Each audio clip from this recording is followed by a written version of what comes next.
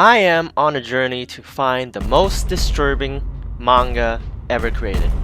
I'm not talking about one of those mangas where guts and shit are spilling out and throwing at you at every panel. What I'm seeking for is something with a story or anything that's gonna keep me up at night, which I don't think is gonna happen, but who knows. And I came across this one manga called Jiro Gyro fucking Greek food Jiro. If you don't know who Junji Ito is, he is a horror manga. He's made a bunch of disturbing shit.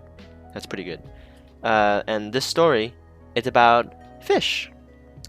In this video, I will summarize the entire story of Gyo, Gyo,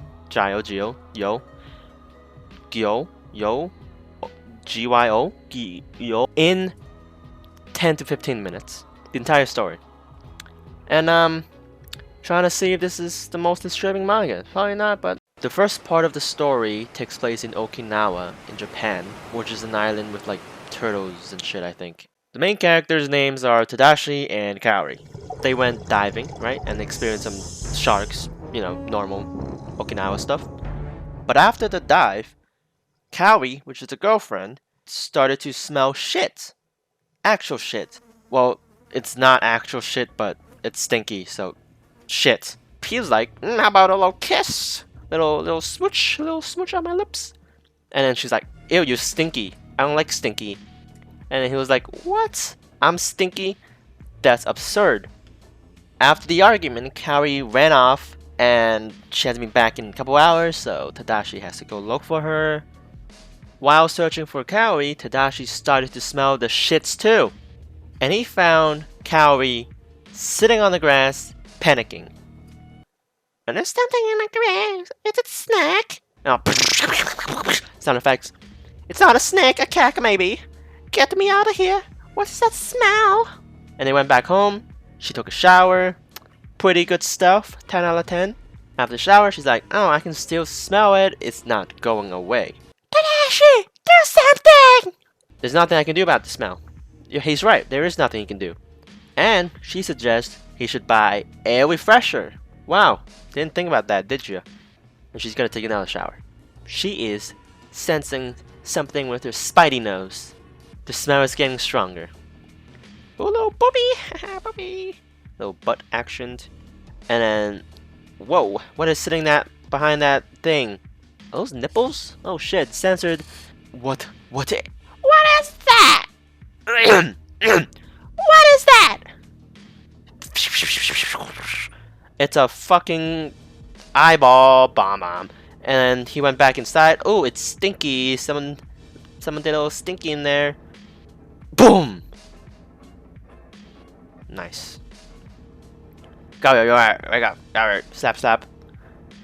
And stinky. More stinkiness. And what does that sound? It's tok tok tok tok tok. Tok tok tok tok tok tok. Tok tok tok tok. Fish sound stuff. I'm not saying that anymore. Could it be a cat? It's a cat. Tuk tuk tuk tuk tuk. I think that's like the little sound. No shit. So he grabbed a little vase, and boom, a little leg, and he went really fast. The little fish went really fast. Went behind a little cabinet, and he pushed the cabinet. Big brain move. Boom, smush it, and he checked. It's a fish with legs, spiky legs, fish, alien legs, and the fish is stinky. Of course it's stinky, it's a fish. Toss it outside in the grass outside the house, and she's still smelling it. Get with the smell, and it's like, but I sealed it in a bag. Well, just don't have it smell slick. And then, being the wonderful woman she is, she said, get rid of it now! Now! And, you know, of course, being the wonderful boyfriend he is, he went back outside to get rid of the bag. Of course, she screamed, and he went back inside again, and boom! Bag floats. Fish inside.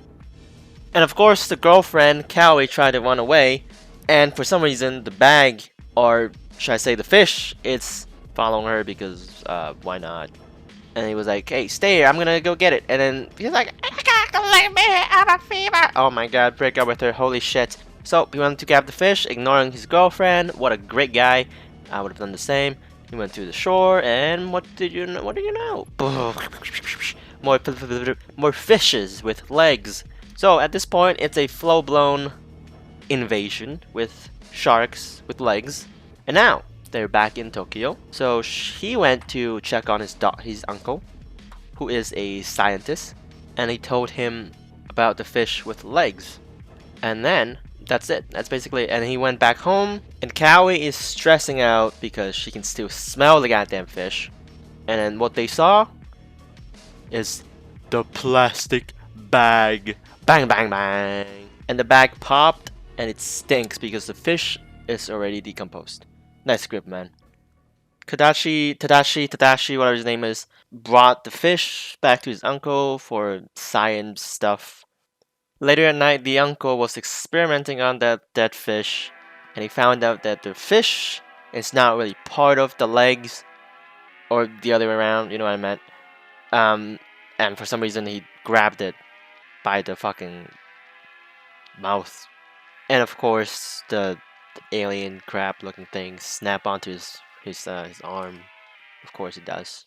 At this point, Japan has been completely invaded by fish. They went back to the laboratory, and their girlfriend was in the bathroom, and she realized there are like pops and boils on her face. And she started smelling the shit again. The fish stinkiness. Little do you know, it's not a fish, but an arm. Plot twist, I think, whatever. It turns out the only way for the uncle to save himself from the germs is to cut off his arm, amputate his arm. The next day, Tadashi went to check on Kawi, but then, oh, room's stinky. Why is that? Open the door. Kawi's covered in blanket. He opened the bag or the blanket, like some loot boxes, and reviewed this this thing. She's stinky. She burped, and it stinks, of course. And you know what? She doesn't just burp stinky. She also farts stinky. Beautiful, awesome stuff. And she tried to jump off because she's ugly, which is the 100% truth. She is so goddamn ugly. Holy shit. And of course, Tadashi saved her because I don't know why at this point. At this point, just let her die. You know what I'm saying? Just let her die, man. After the failed attempt of jumping off, she tried to hang herself. And of course, she's still farting. Lovely. The thing snapped because she's fat. He tried to carry her to the hospital. He finally arrived at the laboratory, and he's like, "Kawi's dying. We need to call the ambulance." The uncle says this is not good. He will take her to the hospital. Before you know it, a little hentai action happened. Tentacle, boom, walking giant squid. He got dragged around by hentai and was thrown into a pit of smaller fish or some shit and was in a coma for some reason. And now it's been a month and he finally woke up. The nurse explained to him that the fishes are no longer a threat. The real threat is the disease spread by the machines. And he goes back to the laboratory to check on his uncle. His uncle explained to him that Kawi actually died from the disease, and Tadashi got depressed and then went to sleep. But the assistants walked in and told him that she's not actually dead and he should follow her to the lab. What he saw was Kawi being strapped onto a walking machine with like tubes and shit coming out of her asshole and mouth hole. What a beautiful sight. And the doctor, scientist uncle, explains to him that it's a machine which he invented, and he figured out that it's not really the machine that's controlling it. It's the gas, because the machines are really simple with just like silicones and shit. But the gas makes the machine works in like a magical alien witchcraft way. And he turns on the machine. She starts running, and she actually pierced the uncle, and she jumped off. She went on a little adventure time. Being a responsible boyfriend he is, the main character went out to look for his girlfriend, which is a fat meatball on a machine. And he sees another fat meatball on a walking machine. He thought it was his girlfriend, so he's chased it. It turns out it was just a random fat man, another fat man on a machine. On a similar machine, but this is like more alien, with more tubes, the same tubes in his mouth and asshole. Lovely. Beautiful. And he discovered that it's just not his girlfriend, but everyone is Everyone is shaped like a meatball and is magically on the machine. He discovered that because, you know, all the fishes are decomposed, the machines can no longer work. So they have to use human filled with the magical gas. I wouldn't say magical gas, I'd say like disgusting alien gas to work. So now all these people are infected and they started to inflate because of the gas. The machine grabs on them and stick them with tubes from little mouth-to-mouth actions. On the way to find his girlfriend, he met a diseased man, and he's like, the legs, the big one's coming. And what's the big one? It's a fucking big machine with like 10 dudes, or woman, I don't know, 10 human, inflated human. But why? Why the fuck would you draw this? The big machine moved away from him because he's not infected and is not interested in him. He found a circus. Animals. They got monkeys? Not monkeys. You can't put monkeys on that machine. How are these alien thing machine gas doing circus tricks? The trick is in the gas. There are clowns who are playing instruments, but these instruments are being played with the alien gas. They like blow alien gas into the instruments, and these gas creates a rhythm. And these robots alien follows their rhythm to do circus tricks. And these circus people somehow managed to capture Kawi and then put her on like the stage. Kawi escapes to the circus. Tadashi decided to go after her again. How many times have this man chased after his girlfriend in this series? And he jumps on her. Not a good idea, but he turns off the machine. She stopped working. He drags her back to the laboratory. The assistant told him that the uncle is dead. But before he actually died, he went into the laboratory too.